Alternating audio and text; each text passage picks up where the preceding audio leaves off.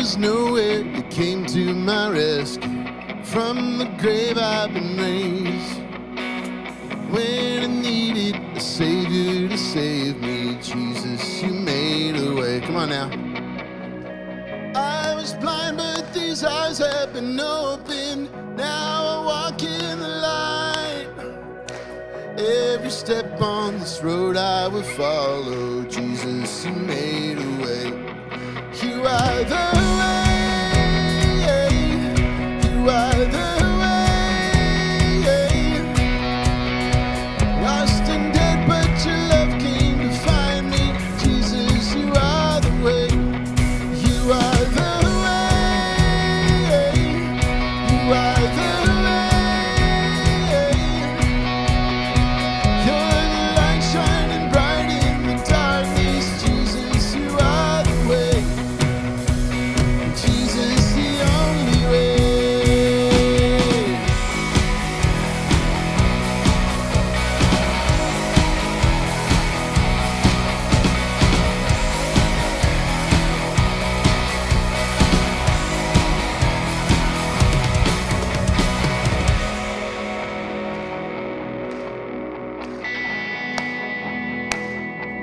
Sing it with me.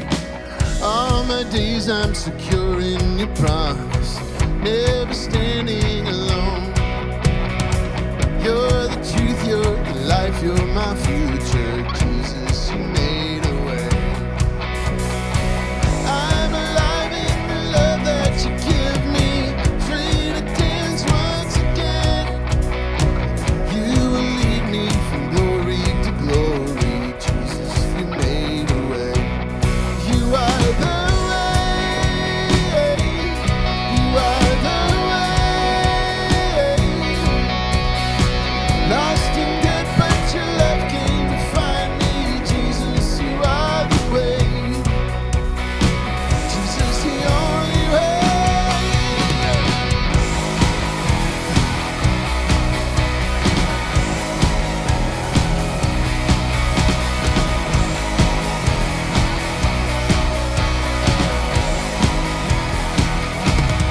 You are the way. You are the way. You're the light shining bright in the darkness. Jesus, you are the way. You are the way. You are the way. Lost and dead, but your love came to find me. Jesus, you are the way. And you are the way.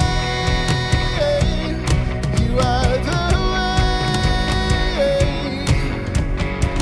You're the light shining bright in the darkness. Jesus, you are the way. Come on now.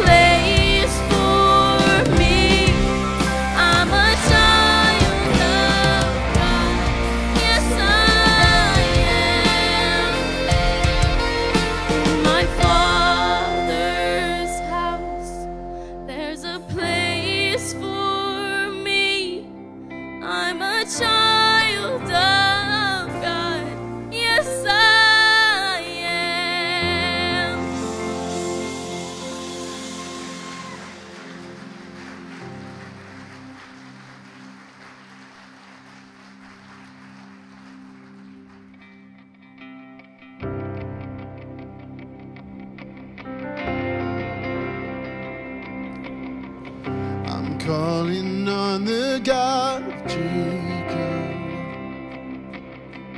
whose love endures through generations. I know that you will keep your covenant. I'm calling on the God of Moses, the one who opened up the ocean. I need you now to do the same thing for me. Sing it with me. Oh God, my God, I need you. Oh God, my God, I need you now. How I need you now.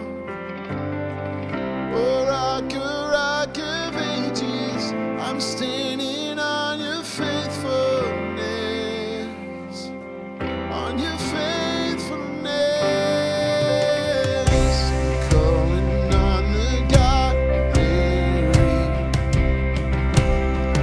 whose favor rests upon the lowly. I know with you all things are possible. I'm calling on the God of David, who made a shepherd boy courageous. I may not face Goliath, but I've got my own giants. Oh God, my God, I need you. Oh God, my God, I need you now. How I need you now. Oh rock of ages, I'm standing on your faithfulness, on your faithfulness. And then you hear your children now. You are the same God. You are the same God. You answered prayers back then, and you will answer now. You are the same God. You are the same. Sing it out. You were providing, you are providing now. You are the same God. You are the same God. You moved in power then. God moved in power. You are the same God. You are the same God. You were a healer then. You are a healer now. You are the same God. You are the same God. You are a Savior then. You are a Savior now. You are the same God. You are the same God. Oh God, my God, I need you. Oh God, my God, I need you now. How I need you now. Oh rock of ages, I'm standing on your faithfulness, on your faithfulness.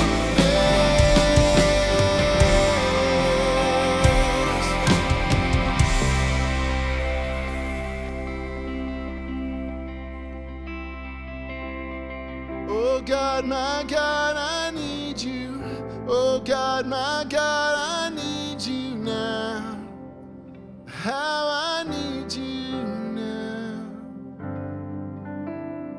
Oh rock of ages, I'm standing on your faithfulness, on your faithfulness.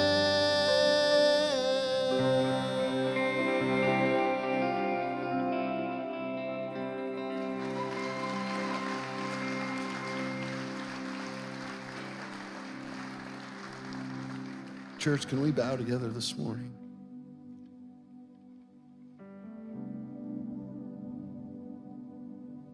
God, we're in this time that it's very exciting. We're stepping into a new year.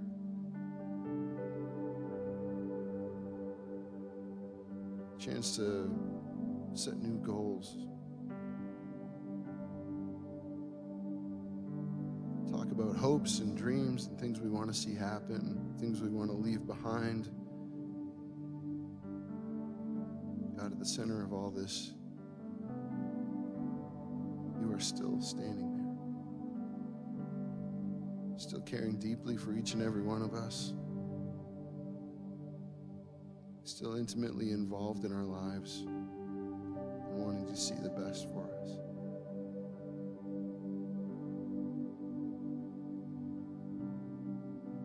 Lord, we're thankful for the chance to start the year together, worshiping you, lifting your name high on our hearts, on our voices. Lord, we commit this year to you. Whatever happens, whatever comes our way, may we be left standing, singing the goodness of God. We pray this in Jesus' name.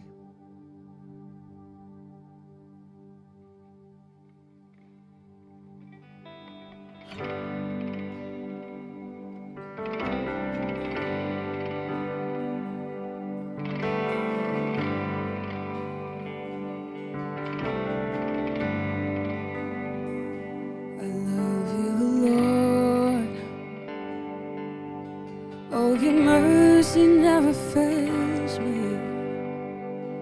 All my days I've been held in your hands. From the moment that I wake up until I lay my head, oh, I will sing of the goodness of God.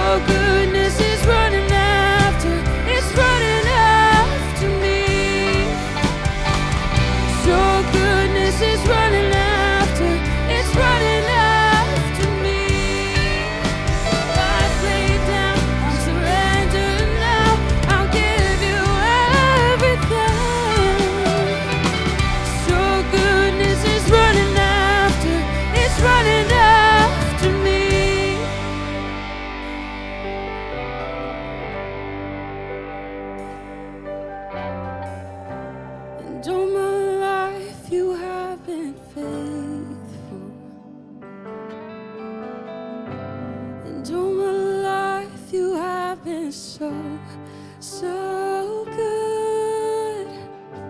With every breath that I am able, oh, I will sing of the goodness of God.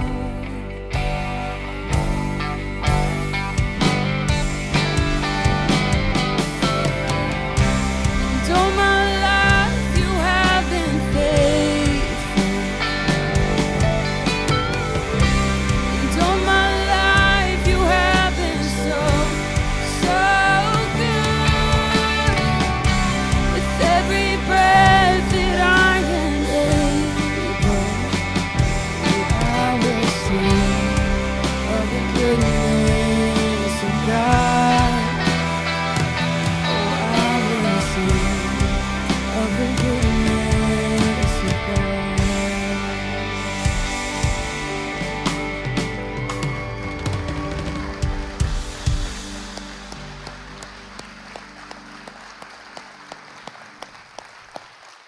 Church, thank you for singing along with us this morning. You can be seated.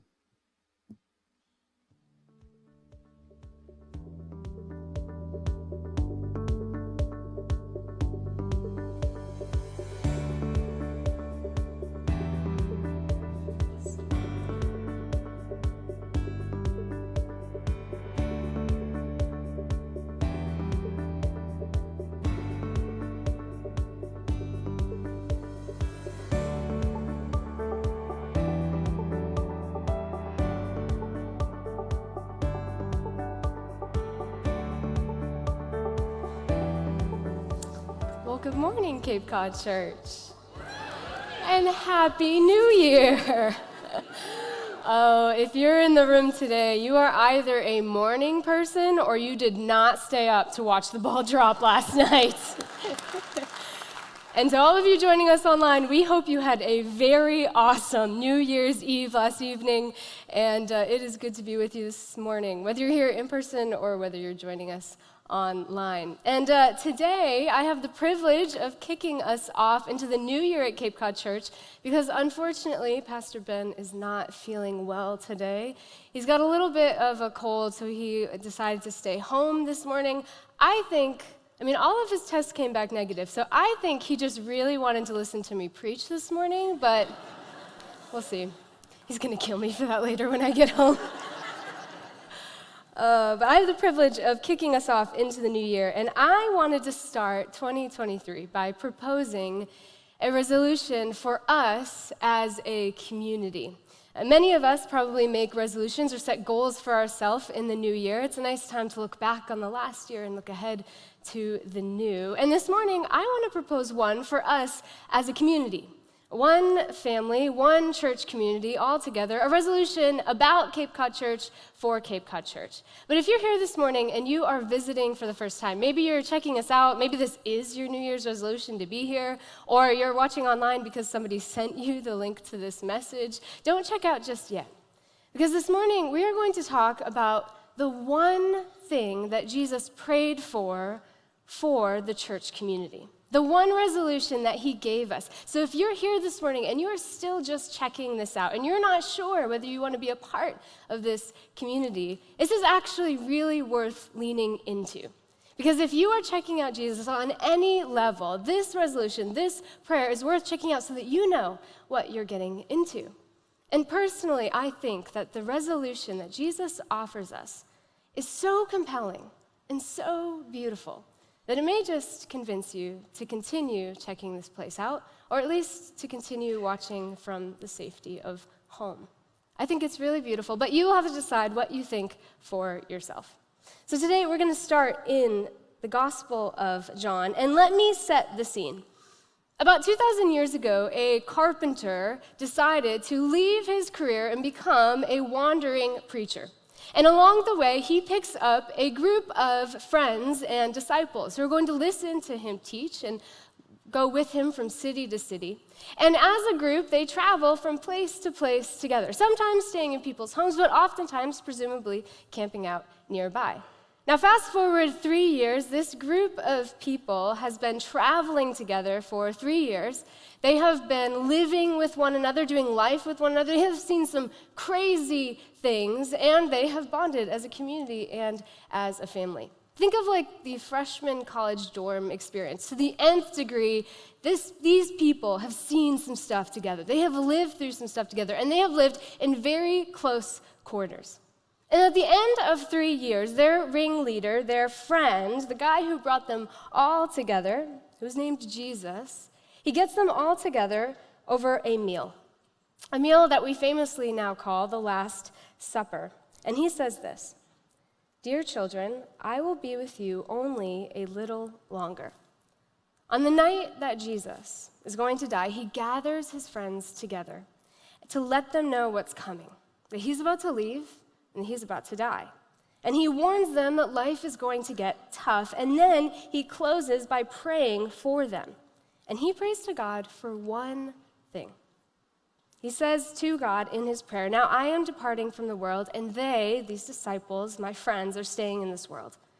But I am coming to you. Holy Father, you have given me your name. Now protect them by the power of your name so that they will be united just as we are." But he doesn't stop there. He adds something. He says, "I'm not praying simply for them. I'm praying too for the people who will come to believe in me because of their word. I am praying that they may all be one. I am praying that they may all be one." Jesus is about to leave. Everything is about to change, and he's warned the disciples that life is going to get tough. And in the face of that, he prays for one thing. He prays that they may all be one, that they may be united. He prays that God would keep them together. One friend group, one family, one community. And did you notice what he adds? He doesn't just pray for the disciples in the room, he's also praying for every person who comes after. For every person who's going to get added to the family by what they have said. 2,000 years ago, Jesus prayed for you and for me and for Cape Cod Church. He prayed for each of us, and we can add ourselves right into it. Jesus says, "I'm not praying simply for them. I'm praying too for Brittany and for Bob and for Larry and Hannah and every person in Cape Cod Church. I am praying that they may all be one." Before Jesus died, he prayed for one thing. He was about to be betrayed, about to die, and the disciples were about to face serious persecution. And instead of praying for their safety or for their courage, he prays that they would stick together, that they would stick together as one community. And he doesn't just stop there, like this is a one-time prayer for a one-time event or the specific events of the crucifixion. He looks ahead to the future, to every person who's going to believe and join this community because of the disciples, all the way down to you and to me and to Cape Cod Church. And he prays for one thing, that we might stick together, that we might be united. And there's some sense in the text that he prays for this one thing because it is the thing that was most at risk when Jesus leaves. Now, to understand why that might be true, why unity would be so challenging for this group of people and for us, you have to know who Jesus was speaking to. Is anybody in the room a fan of camping? And I mean like real camping, like you sleep in a tent and you go to the bathroom in the woods. Anybody here? Look around, folks. It's a sea of crazy people.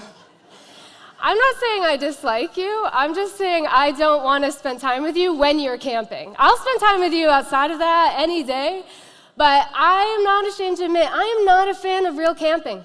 I went camping this past summer with my friend Alexa, and we actually went glamping. It was awesome.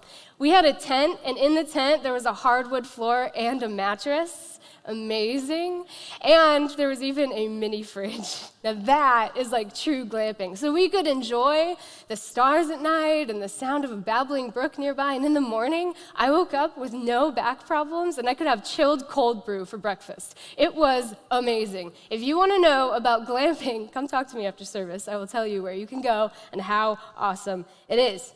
And this is my personal opinion, I think camping is a dangerous activity. a dangerous activity that pushes people to the brink of murder. I know because I've tried it. It's terrible. Camping, real true camping, is awful. You go to bed, there's bugs, you're sleeping on a rock, or you try and bring an air mattress, but by the morning you're on a rock anyways. You try cooking, but that's really hard in the rain, personal experience, so you end up eating like half-fried scrambled eggs and raw hot dogs for dinner. That is not a dinner anybody wants to eat. And then you wake up in the morning, you're tired, you're sore, and everybody, your family, everybody that went with you, you all kind of smell, and it's really close quarters. I mean, camping, true camping, will push you to the brink. And did you know that this is a true fact, statistical fact? Most murders that happen in national parks go unsolved. Yeah, you can look it up. And my theory is that true camping actually causes murder, and then they go unsolved in national parks. So if you like camping, that's all good. But here's what I need you to imagine. Imagine somebody invites you on a camping trip like that. A hiking trip like that, true camping, and it lasts for 3 years. And then on top of that, that person invites all of your worst enemies. There is no way I would go on that camping trip.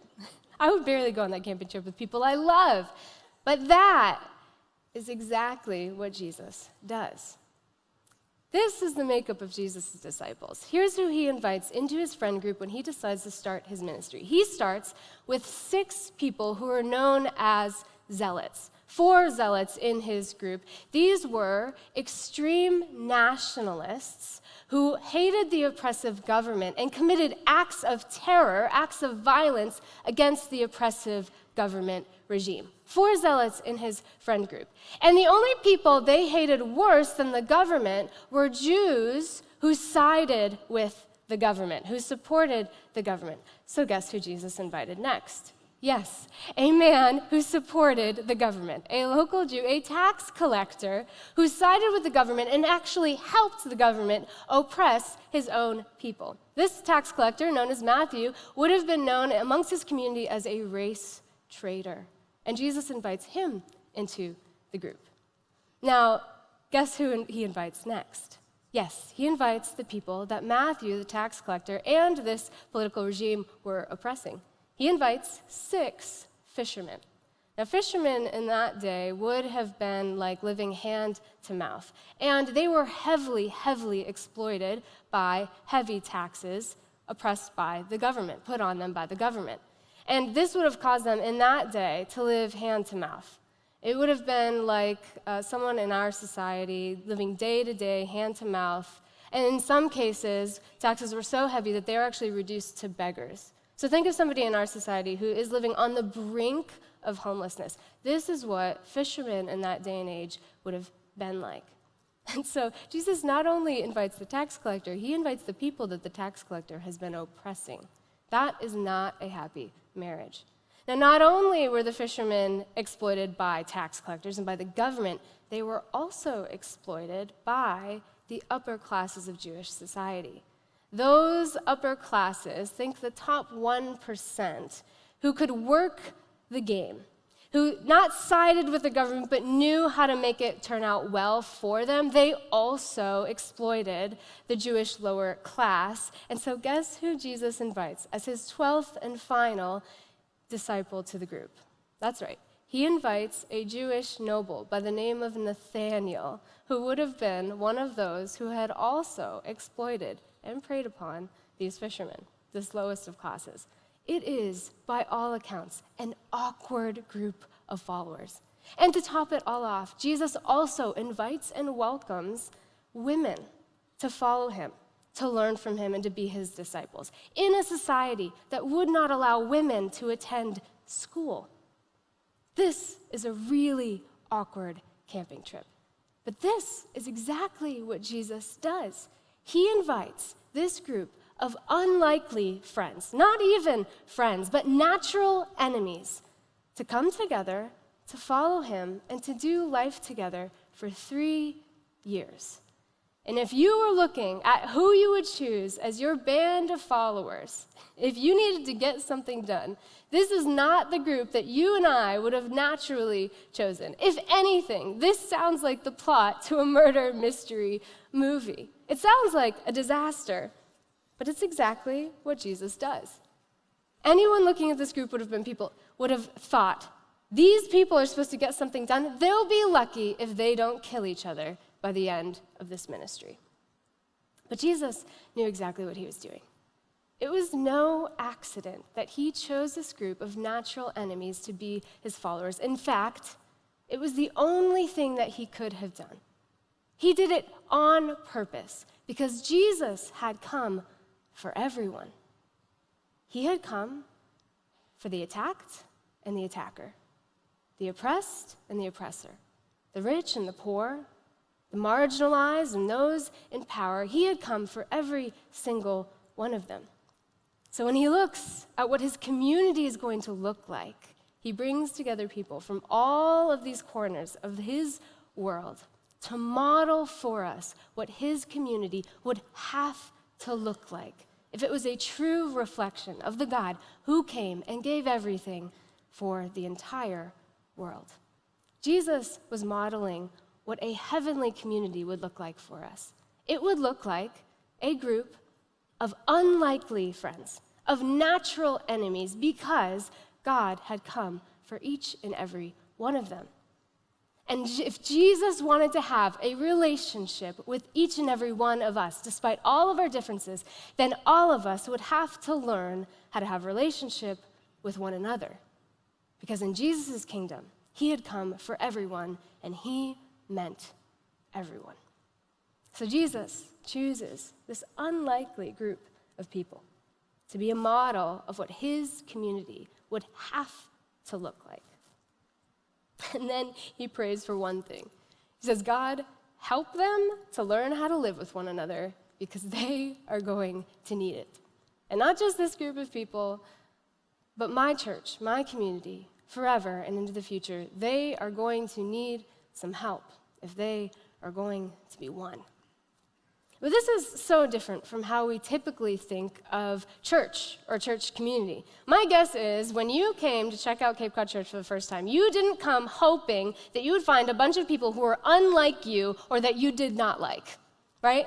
You came hoping that you would find a group of people that you could enjoy community with. And if you're here just checking us out, my guess is that's what you came looking for. I mean, you probably came to check out the vibe, see if it was a good fit, and then hopefully get involved. And in general, we don't really think of church as a group of enemies or unlikely friends. I mean, in general, we like each other, right? We come and we hope that it'll be a good fit. But the problem with this is that is not what Jesus modeled or invited us to expect about his church. Church is not a place where you will naturally like everyone, or where you will be surrounded by people who look like you. Jesus invited us to expect something very different, but here is the fear and here is the challenge. Your expectations will change and alter and affect how you engage with church. Your expectations will affect how you build church community, and your expectations will affect how you react to church community. And here's the danger. If you come expecting to easily like everyone in this space, or that everyone will be like you in many ways, if you come expecting that, you will either create something that matches your expectations and miss out on the depth of what true church can look like, or you'll be disappointed in your expectations. You'll become disillusioned and you will walk away. And in either case, we are missing out on the true power, the true depth of what Jesus has invited us to in his community. Look at what Jesus says after. He says in his prayer, I am praying that they may all be one, just as you, Father, are in me and I in you, that they may too be in us, so that the world may believe that you sent me. The church is meant to be a place that is so unlikely, so not naturally our human preset, that people look and wonder, how is that possible? What is going on there? That is not normal. There must be something supernatural taking place. But I know what you might be thinking. Well, okay, we don't really have enemies nowadays. Like, I can see how that works in the New Testament. Tensions were high. It was a totally different time, but we don't really have enemies these days. But we do have plenty of things that divide us or differences among us. I'm going to let you in on a little secret. There are people in this room who supported Bill Belichick when Tom Brady went to Florida. And there are people in this room who supported Tom Brady when he went to Florida and were loyal to him despite all odds. Your enemy may be in the seat next to you or in front of you. There are people in this room who think that Dunkin' Donuts is swill. And there are people in this room who think that Starbucks is overpriced diabetes. Your enemy may be in the seat in front of you. There are people in this room who are boomers. We have boomers in the room, and we have millennials in the room, and everywhere in between. Poor Gen X, nobody ever remembers them. And I was at a party, so I was invited to a party hosted by a Loft student this past week, which is a huge privilege, loved it. And I was listening to some of the students talk, and at one point in the conversation, one of the girls was like, "Oh my gosh, that's so millennial." And I was like, "Oh, wait a second." At first I was nervous. I was like, I don't even know if I want to ask. I'm just going to pretend and hope she doesn't know that I'm a millennial. But I did. I was like, wait, what does that mean? Like, what are the stereotypes about millennials from Gen Z? Because that's the whole new generation rising up. And I know what the stereotypes about millennials are from the older generations, lazy, live in your parents' basement, all that stuff. But I was like, I want to know, wait, what does Gen Z think about millennials? And I learned that apparently the Gen Z trend right now, or the stereotype about millennials, is when you say something that you think is funny, but nobody else laughs because it's not funny and it's not relevant, apparently that's being a millennial. Seriously, there's this whole online trend right now making fun of millennials about trying to be relevant and not being relevant. That's what Gen Z thinks about us. So my generation is doomed, but it just goes to tell you the differences between us. There are people in this room who are in Gen Z, and there are boomers and millennials. There are plenty of things that make us different. And I'm poking fun, but there are other things too, more serious things that divide us. There are people in this room who voted differently than you this past year. And there are other kinds of things that divide us that are not because we're antagonistic, they're just differences. It makes it hard for us to talk to one another, to engage with one another.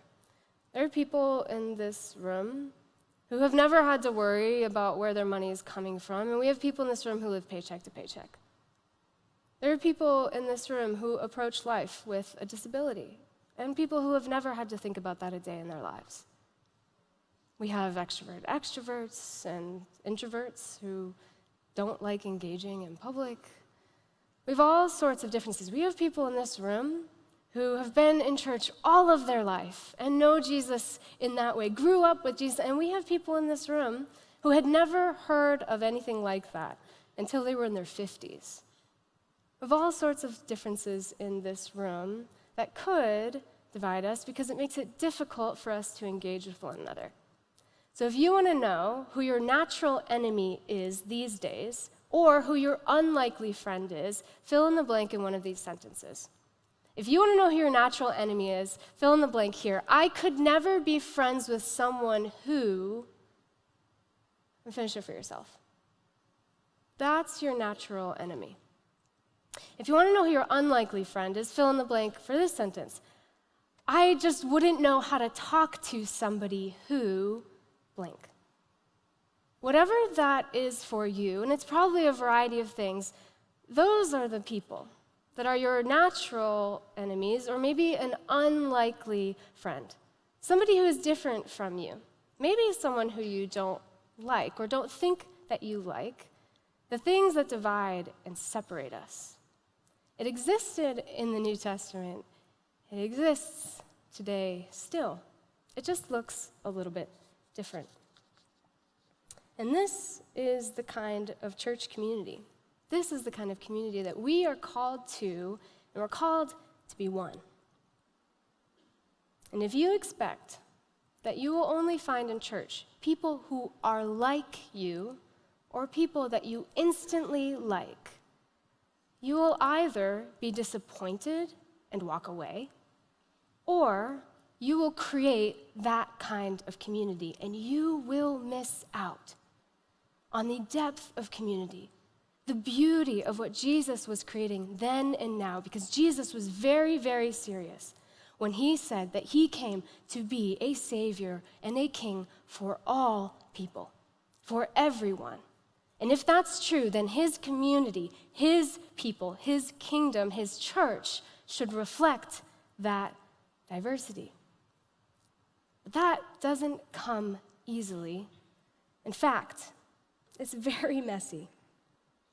It's very messy, and it's challenging, and it takes time. You can just look at what the disciples lived out.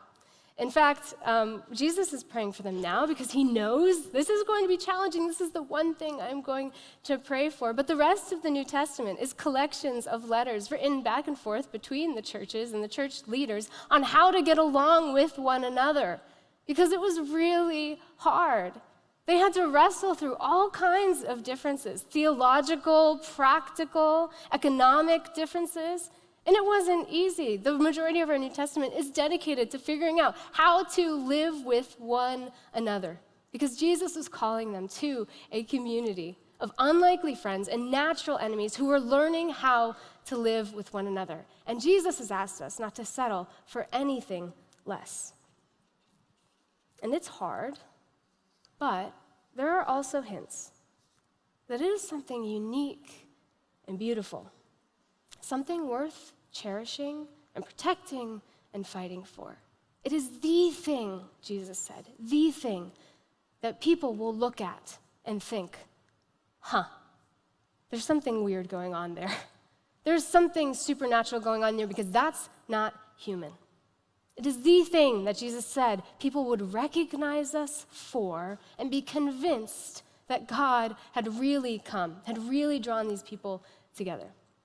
My guess is that the disciples who had lived this out for 3 years, something so unusual, something so unique and rare and beautiful in their time, my guess is that it was so cherished that when they came to this night 3 years later and Jesus said, I'm about to leave, they would have been terrified, because he was the glue.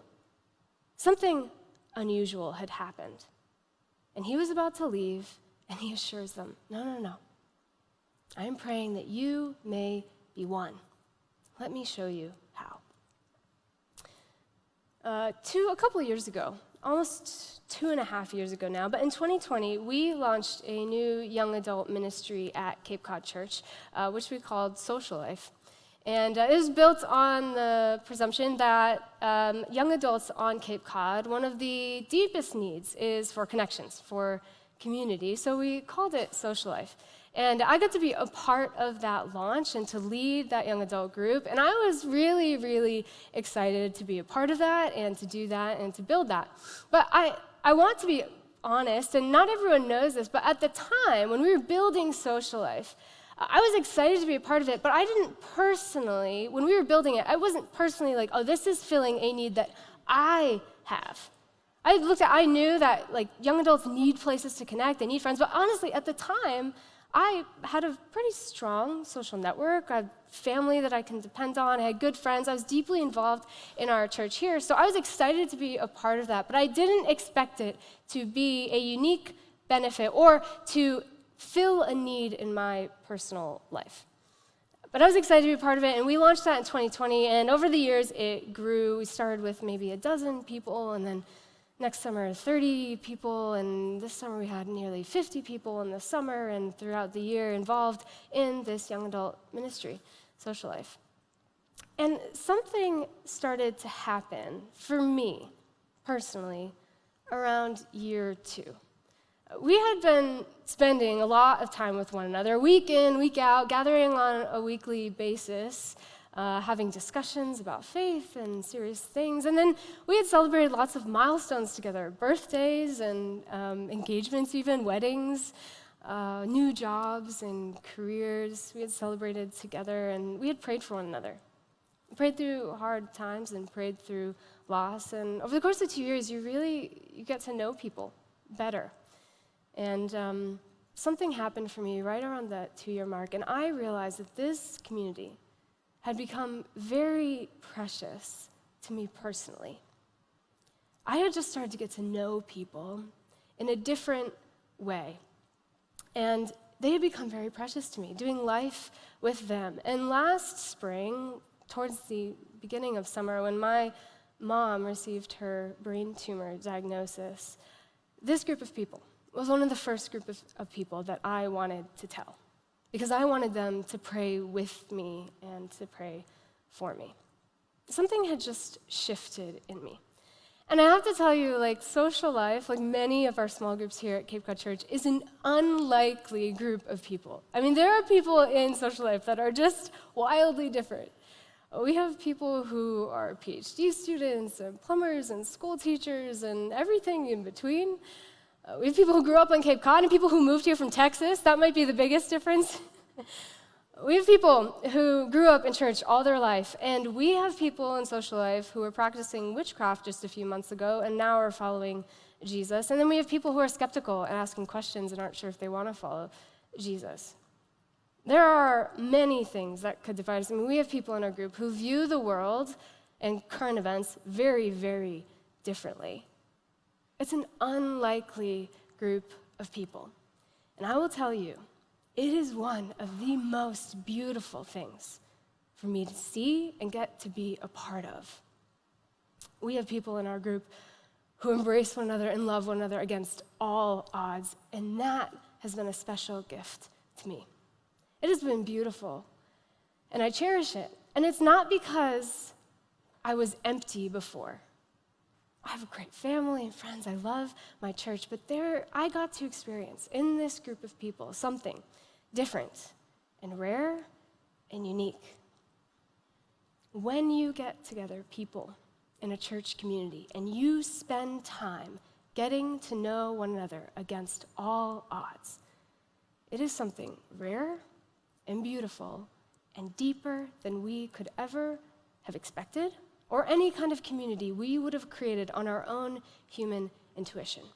And that only happens when we have a stubborn, excuse-defying conviction that the church is a place for everyone.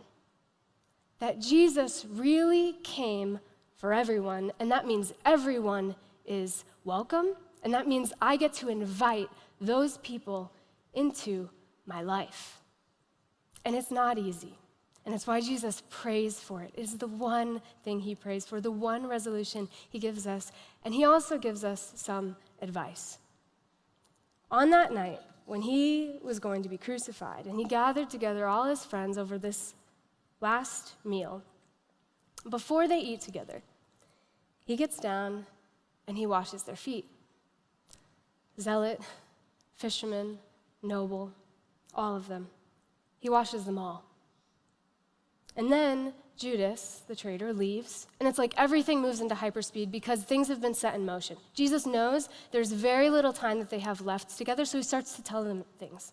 He draws them in close, he warns them about what's to come, he encourages them, and he prays for them, and he says, "Dear children, I will be with you only a little longer." And then he gives them this reminder. "So now, I am giving you a new commandment. Love each other. Just as I have loved you, you should love each other." Loving one another was not an unfamiliar commandment to people in the Jewish community. The Old Testament talks a lot about loving your neighbor as yourself, but Jesus changes it. Not just as yourself. Love one another as I have loved you. Because your love for one another will prove to the world that you are my disciples. This is the key. You want to be one? Love one another. Just like I have loved you. Just like I did, washing each other's feet. Love one another. Just like I'm about to do, laying down my life, sacrificing for you, love one another. Just like I loved each and every one of you, despite your differences, despite the things that separate you from one another, despite the ways that you have disappointed me or disappointed one another, love each other, serve each other, sacrifice for one another. Love each other like that. It's like Jesus draws in his disciples and he says, we've been practicing this for 3 years. I told you to love your enemies, and I meant it. You have been doing that for 3 years, and your enemies aren't far off. They're in this room. Your natural enemies, these people that are unlikely friends who have become your family. Love one another. Reach beyond the things that separate and divide you. Reach beyond the things that maybe you don't like or don't naturally make you comfortable, and love one another, because at the cross, in front of Jesus, we are all on level ground. No one is greater than anyone else, and we are all called to serve. So if you want to be a part of something rare and beautiful, this community of natural enemies, learning to live with one another, you will have to love one another sacrificially, just like Jesus did. Jesus prayed that we might be one. Not just his disciples then, but us, Cape Cod Church. And if real church is a community of natural enemies and unlikely friends, learning to live with one another, it takes time and intentionality. It takes prayer. It's something that only an act of God can achieve. So that when the world looks at our love, when the world looks at our unity, they think, that can't just be human. That doesn't happen by accident. So here's my proposition for us in 2023. As a community, let's resolve to be one. And for you, that may mean resolving to participate in church community, to go one step deeper. And I don't know what that means for you. Perhaps you're here, you've been a part of Cape Cod Church for a long time, you have community here, you have friends, you're in a small group, but for you, maybe that means making space for people who aren't like you. People you aren't naturally comfortable with. And I don't mean like go around the church looking for your enemies and befriending them. You don't need to do that. I promise God will bring people into your life who it's challenging for you to love, or uncomfortable or hard, or you're just not sure how to go about it. And I don't know what that means for you, but maybe you just need to make some space in your life. However you finish that sentence, I could never be friends with, or I just wouldn't know how to be friends with. Perhaps that's the person you need to pray about this year. Maybe you need to invite someone new into your small group, or maybe you need to take someone out to lunch. I don't know what that looks like for you. Maybe you need to make space for people who aren't like you, or maybe you don't always like.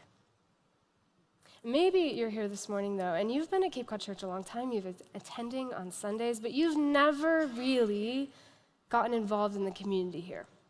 You've never really stepped into a community of people and tried to do life with them or make friends, and I just want to let you know, it is something beautiful. It's worth stepping into and giving it a try. And so maybe your resolution in 2023 is to give it a shot. And not just for a week, but for a year, because these things take time. Relationships grow over time. Good, deep relationships take intentionality. And so maybe for you, your resolution this year is to join a small group.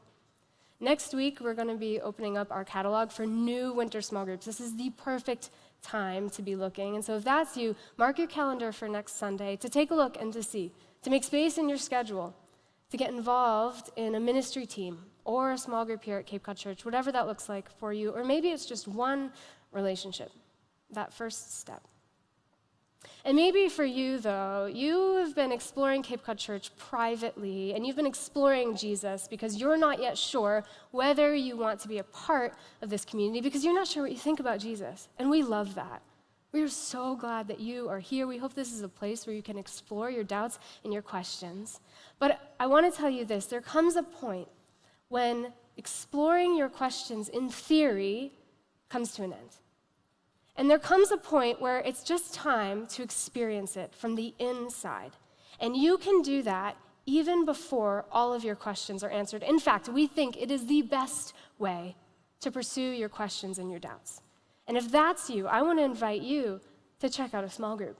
Maybe it's a starting point group, but that group of people experiencing that community, if Jesus is really who he said he was, it's the best way to be able to see him, to experience it for yourself, and to determine whether he really was who he said he was, and whether this community could really live up to what he prayed for. So today as we close, I don't know what your resolution this year is. I know what our resolution as a community could be, to be one. And maybe for you that means taking a step deeper. And if you're here today and you are at the point where you would like to take that step by taking the relationship with Jesus, that's your first step into his community, is a relationship with him, I want to close by giving you the opportunity to do that and to pray through our resolutions for 2023. So will you pray with me?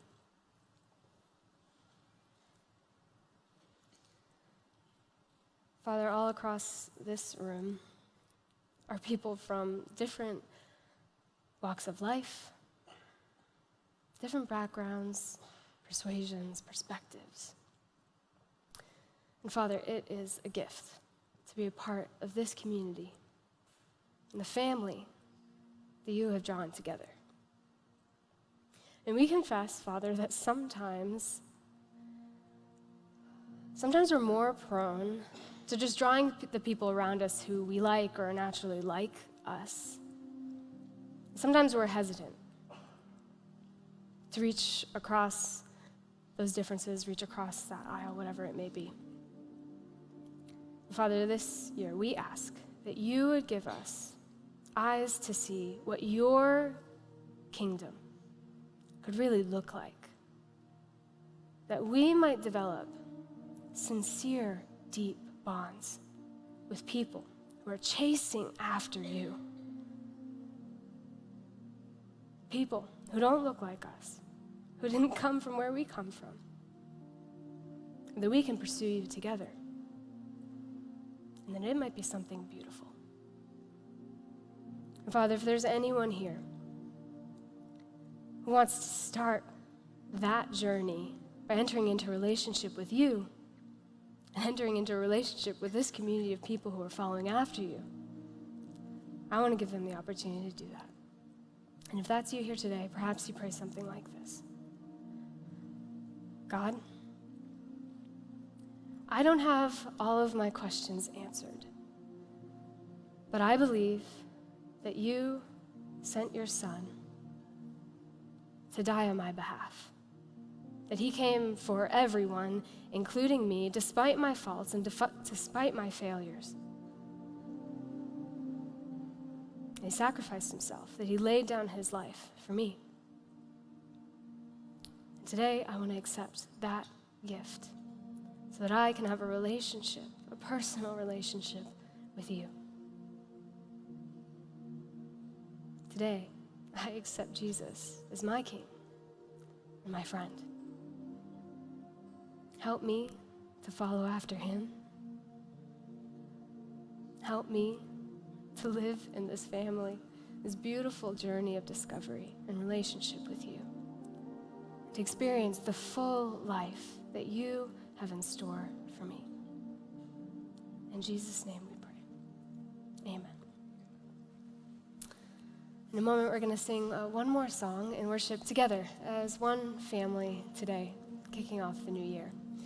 But if you're here today and you made a faith decision for the very first time, we would love to celebrate that with you. It's a personal decision between you and God, but it's meant to be celebrated with family, with this community, and we would love to be a part of that.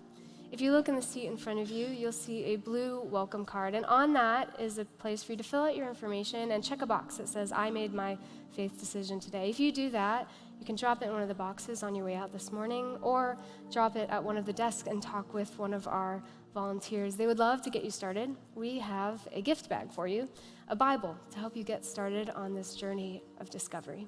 And if you're here today and you made any kind of resolution, or maybe you're just going through something, we would love to walk with you as a family. And so on that card, you can find, no matter how many times you've been here, there's a place where you can put a prayer request. You can drop it in one of the boxes on your way out. We get together every Tuesday as a staff, and we review those. We also have a prayer team across this church who's dedicated each week to lifting up your prayer requests to walk with you. So we invite you to do that. And as we continue, we're going to sing one more song together. So, Cape Cod Church family, will you stand as we continue to worship?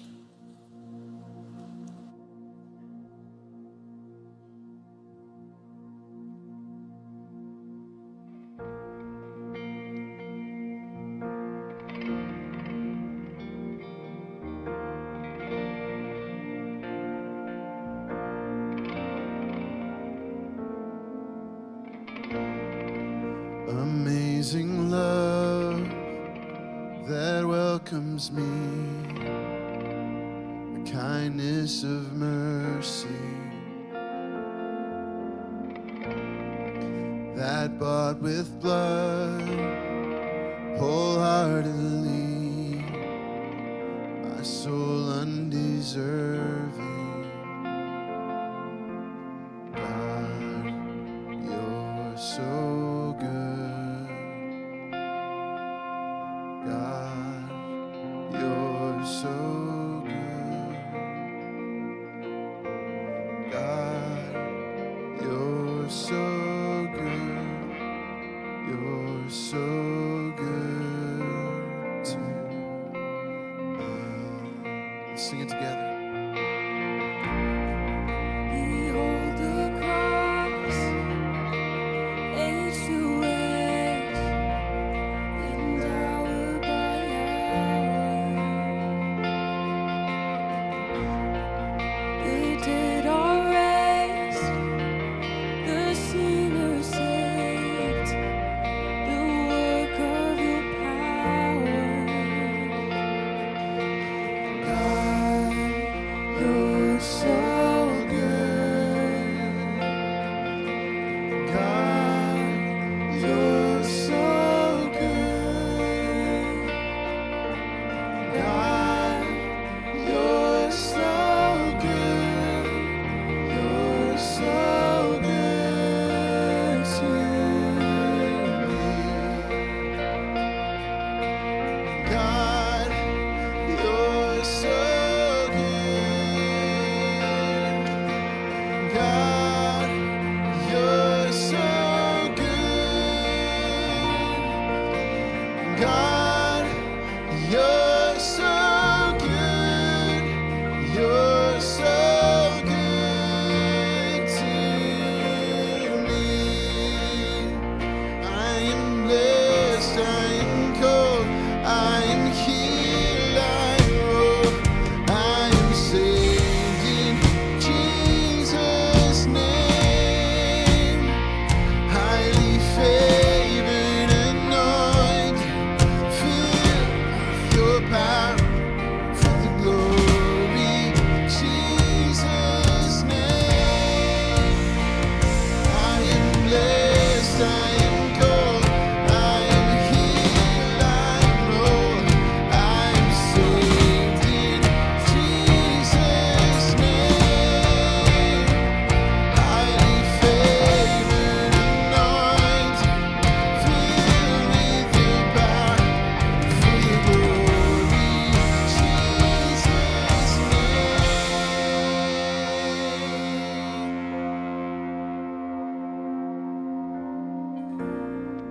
And should this life bring suffering, still I will remember what Calvary has bought for me, both now and forever. Sing it now. God, you're so good.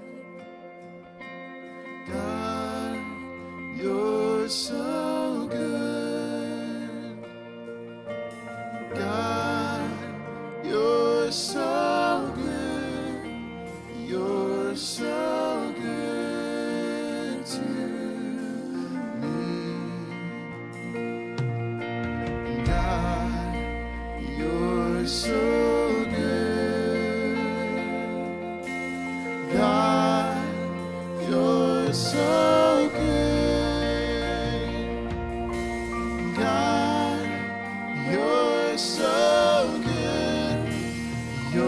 so